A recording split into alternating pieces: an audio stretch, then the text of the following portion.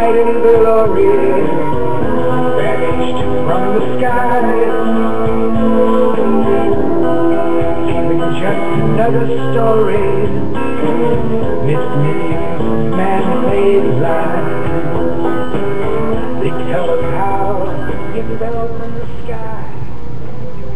Good morning, ladies and gentlemen. Welcome to another edition of the Free American Hour. I'm your host, Clay Douglas. My guest today is supposed to be Bob Chapman, and I believe Bob has arrived here. Hello, Bob. How are you? Well, not bad. I'm glad to see that. Are you?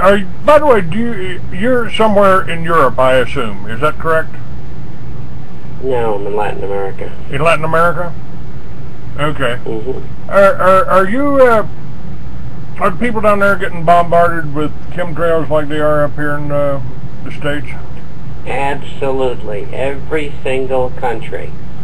Over and over and over again. And sometimes there's 15 or 20 of them at the same time. Bob, every country from can you imagine Tierra del Fuego to the Mexican border. What about Mexico? Are they getting in Mexico? Loaded. Okay. Loaded with them. So this is a worldwide phenomena. I mean, how much fuel, how much gasoline, jet fuel is being used to accomplish this operation, and what the way I understand it, it's actually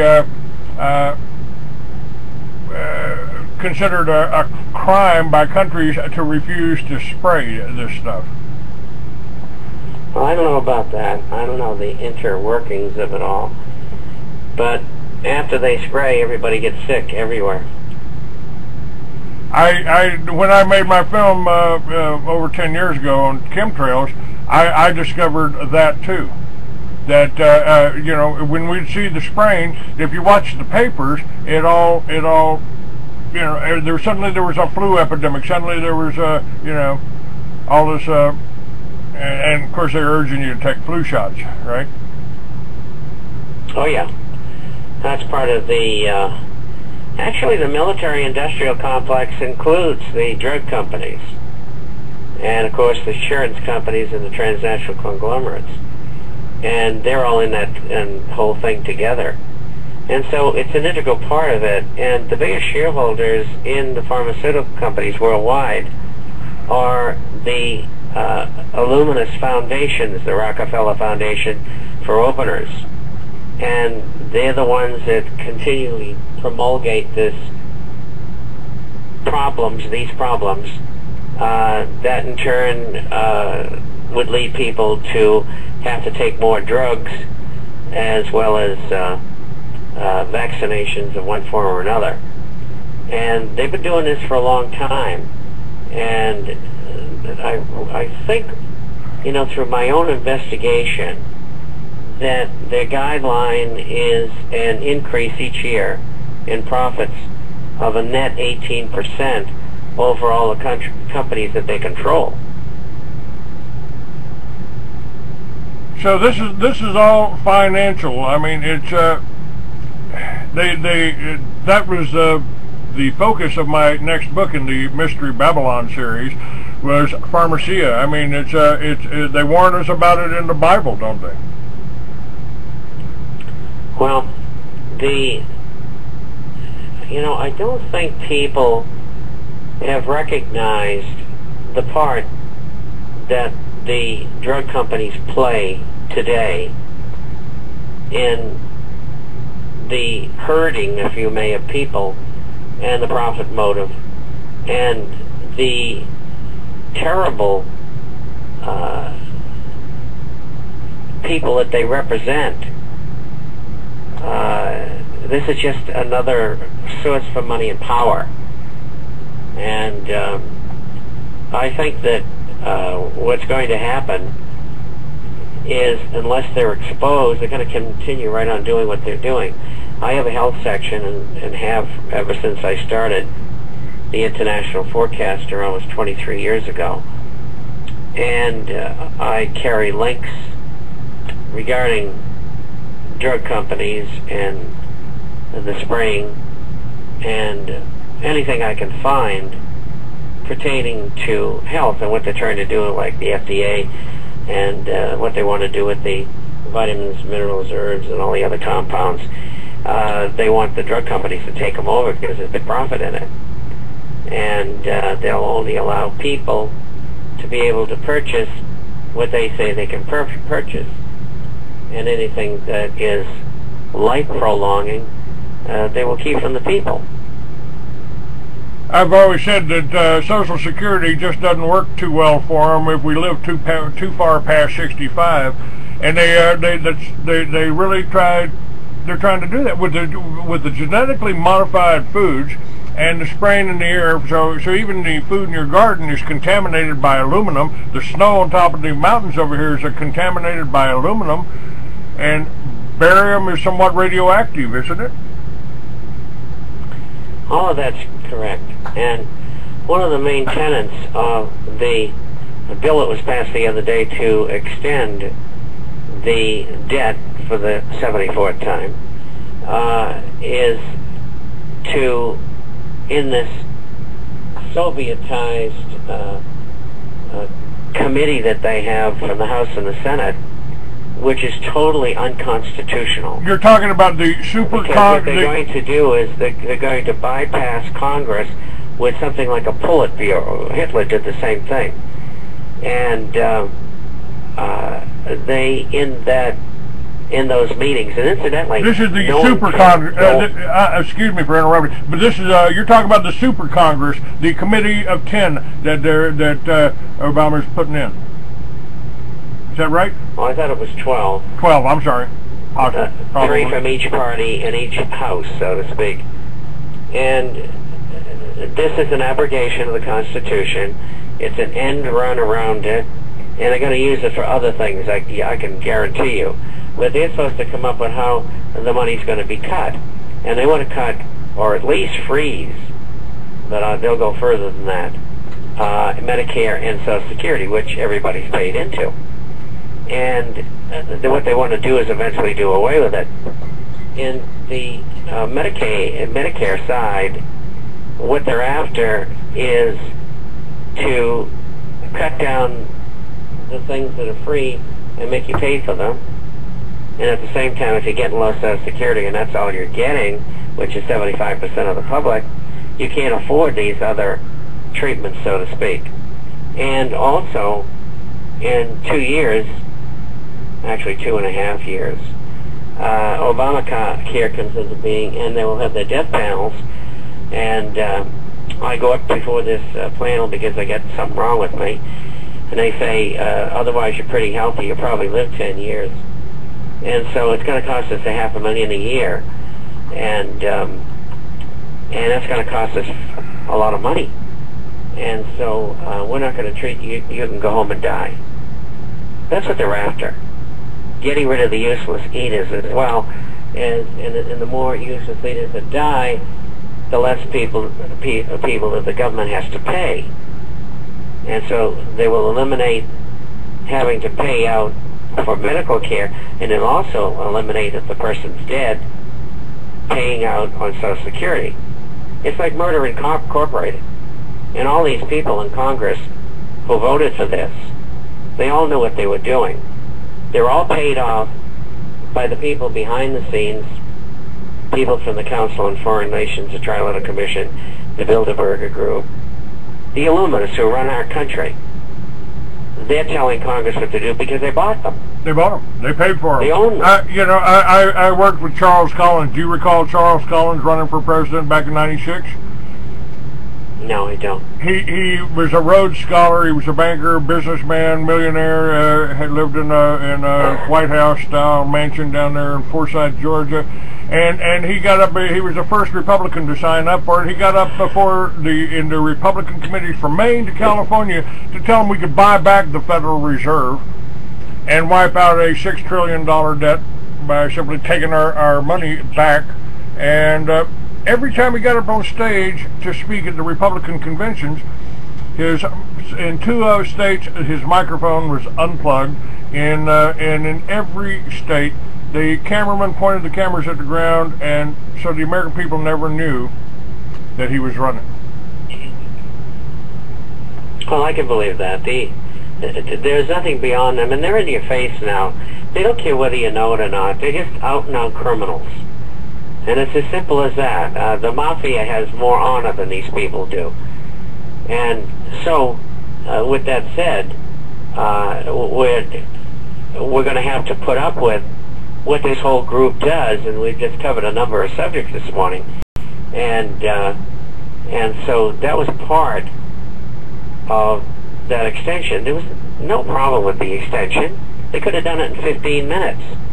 It was using it as a vehicle to cut Medicare, Social Security, and ensconce this new committee, which would be like the Politburo from Soviet Russia. That's exactly what it is. And you got to remember, in the back of your mind, you have to remember that communism and fascism were both financed from New York City and London. Yes. So all the tenants that you see were all dry runs for the one you see now. This to them is the final takeover. And they want to enslave everybody in the world. And the people that want to get rid of them, they'll call them out by eliminating them. I've said, Bob, I know it sounds diabolical, but I promise you something. I'm 76 years old in a couple of months. I don't do this to make money. I do this to tell people exactly what's going on and what they got in store for you. And if you don't do something about it, you can either live in your knees, maybe get executed, or you can fight for your freedom. And if you don't do that, you're a fool. I have a question. I have a Rabbi Ted in my room here. He says, I have a question. Hasn't your guest benefited greatly from the money system my people created? Normally I just kick him out. But I thought I'd let him stay in the room to get his input. So I have a balanced view here of a Talmudic Israel supporter here in my room. What is Israel? And what is Israel? Well, does Israel control the United States, or does the United States control Israel, or does London control both Israel and the United States in almost a total aspects they've got the media and they've got the banks. A lot of the bankers are Jewish, but the Masons are probably as diabolical as the Zionists. What's your give me a summary of all that? Well, I think because we are not within the inner sanctum of what goes on, all we can do is guess at who's in the power structure and how powerful it is. And so we look at Zionism, which probably began in around 1896, and you had the evolution of the Mensheviks and the Bolsheviks, and after the war you had the creation of the State of Israel. So I would have to say that in the pecking order, Zionism would be number 3. Number 2, I think, the people who run things in the United States, and probably to a great extent Latin America and Canada, and have worldwide influence. But I think the final judgments are being made by the black nobility in Europe, and I think that's where the seat of power lies.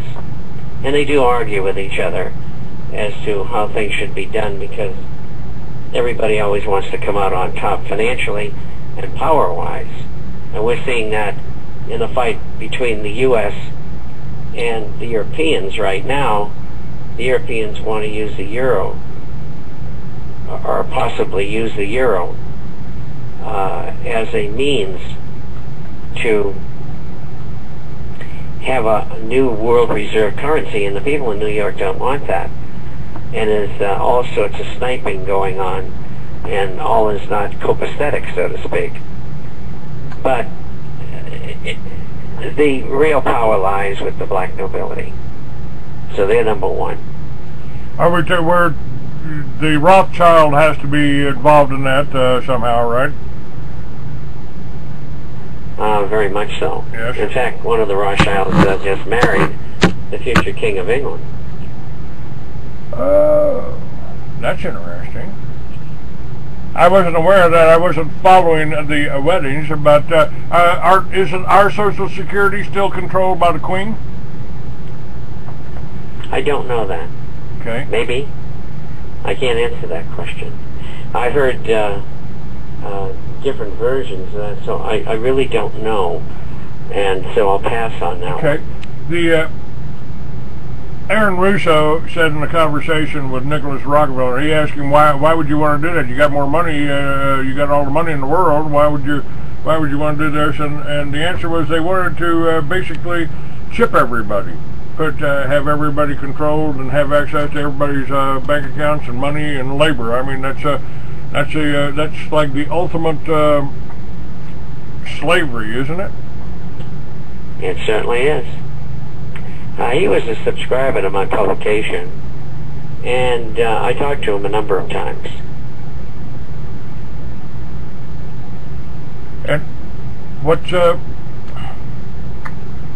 your attitude? I mean, sometimes, Bob, you know, the way the American people react, you know, especially in my case, I've been demonized for starting the militias and doing the Free American.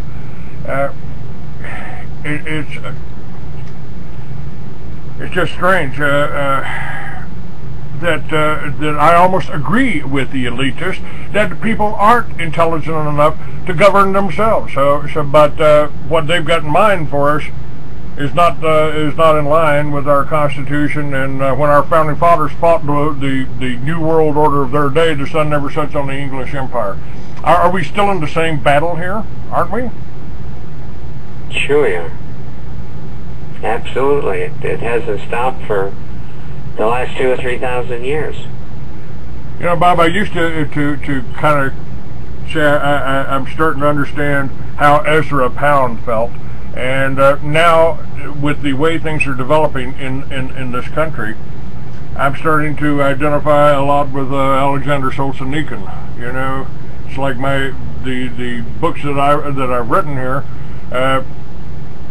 Sometime they're going to look back into this time period and realize, you know, we're going through the same thing they went through in Russia, right before they killed 60 million white Russians. You know, at the same time after the Second World War, between 1948 and 1952, the communists killed 80 million people of their own. That's and we weren't told about it in this country, were we? Yes. We were told about it. The American people understand that these. Well, that's why we had a Cold War. Except who won the Cold War here, Bob? You know. Well, the people who created it were the beneficiaries. Again, the military-industrial complex, and in the final analysis, the big winners were London and New York. They've allowed Russia to come out of its communist shell, so to speak, which they implanted upon them. And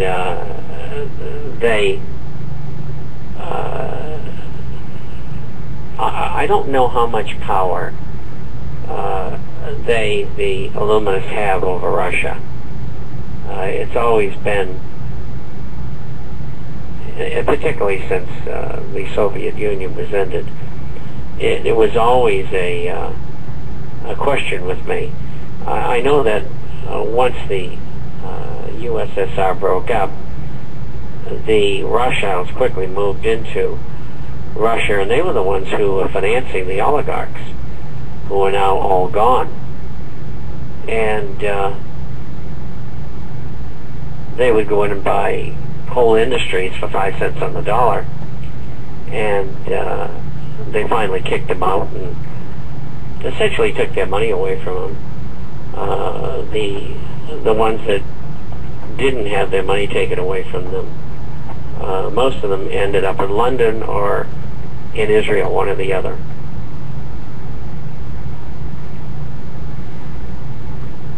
What are we looking at right now? Now, with this, how's this new Politburo going to work? This super Congress. How's this going to work? How's this going to affect us? Well, ostensibly, it's supposed to be to put together a program of cuts that will satisfy the previous negotiations to the dollar amounts that are in the agreement. What they don't tell you is after the next election, everything goes out the window. So the whole thing is an exercise in futility. But what they want to do is move money that's coming in from Medicare and Social Security and move it over to the military side as well as pet projects. And that's what they're after. This was the main tenet, other than putting in this Politburo, if you may. And I think what they also intend is to continue to use this group committee to make other decisions and essentially neutering the whole Congress itself. And one of their first jobs after they finish what they're supposed to do in regard to the bill, I think they're going to go after the small arms in the United States.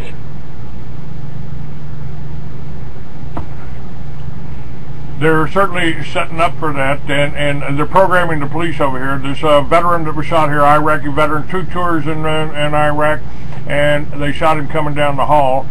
And even the people that are running for sheriff against Sheriff Dupnik here are saying, well, you know, they had to do that, you know, they didn't know his safety was off. I mean, the man was in his own home. So that's that, and Waco was kind of the start of cracking down on armed citizenry. I've said, Bob, anytime a communist regime takes over a country, they go after 3 classes of people in order. They go after the farmers first, the intelligentsia next, that's anyone that's smart enough to know what the hell they're doing, and third are the veterans and the police officers that are still loyal to the old regime. And I think we're in that third stage right here, and they've been after the farmers for 100 years. I mean, they stole our #1 cash crop in America. Well, I mean, imagine making corn illegal tomorrow, or cotton illegal tomorrow. That's what they did with hemp.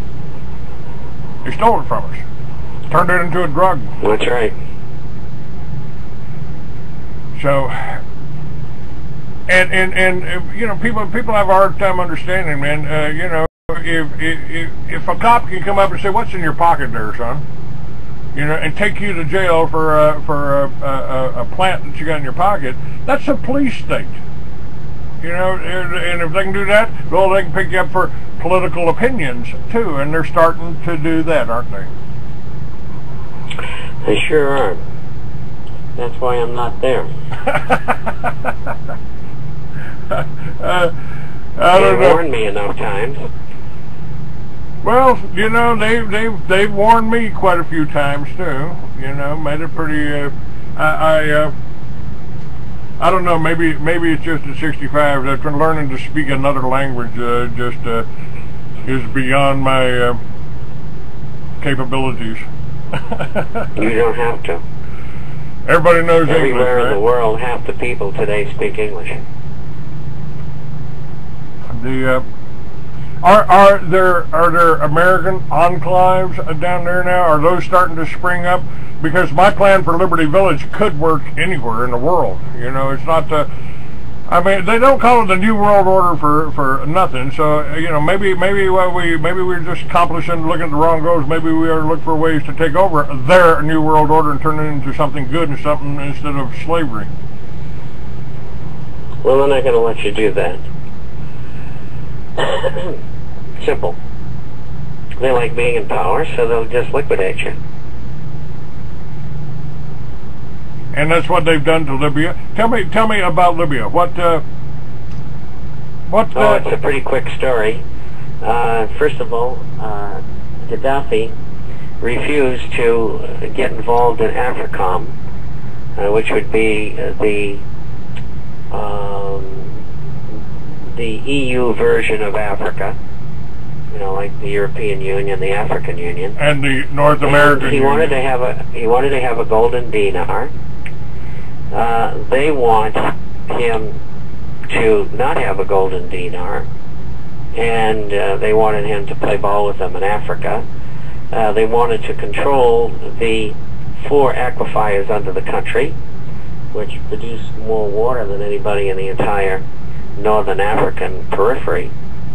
And they also wanted to control the second largest oil reserve in the Middle East, with the best quality oil probably in the world. They wanted to get their hands on the just less than $100 billion that they had invested in the United States and in Europe, and the United States and Europe have already frozen those funds and they're using them, they're looting them.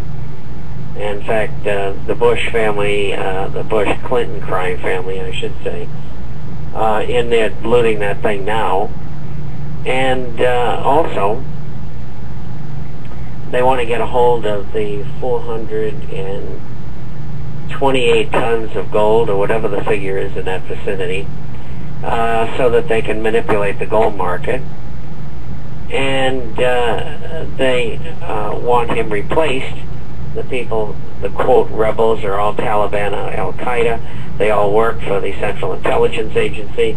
The guy that's running the show lived the last 20 years in Virginia. He's a CIA employee. What about Michael Harari? Stinks to high heaven. You know Michael Harari? I heard he was in Libya, according to Gordon Duff from Veterans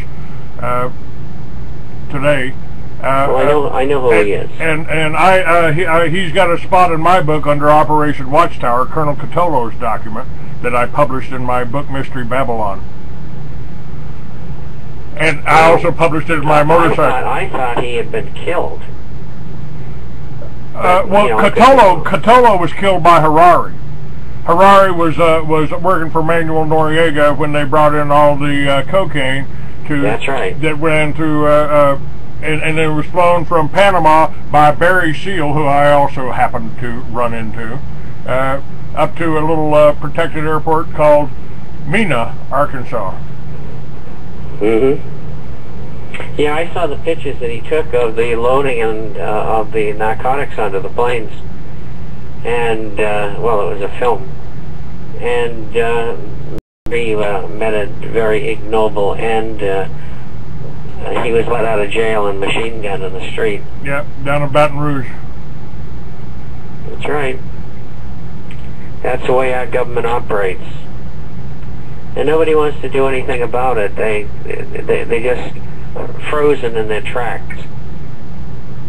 Well, it's my opinion, Bob, that all of our secret service, the CIA, the Mossad, the KGB, whatever, the Stasi, whatever, they all work for the bankers who control all the funds for all of their operations. And of course, they fund both sides, as you pointed out in World War II. And we got McCain.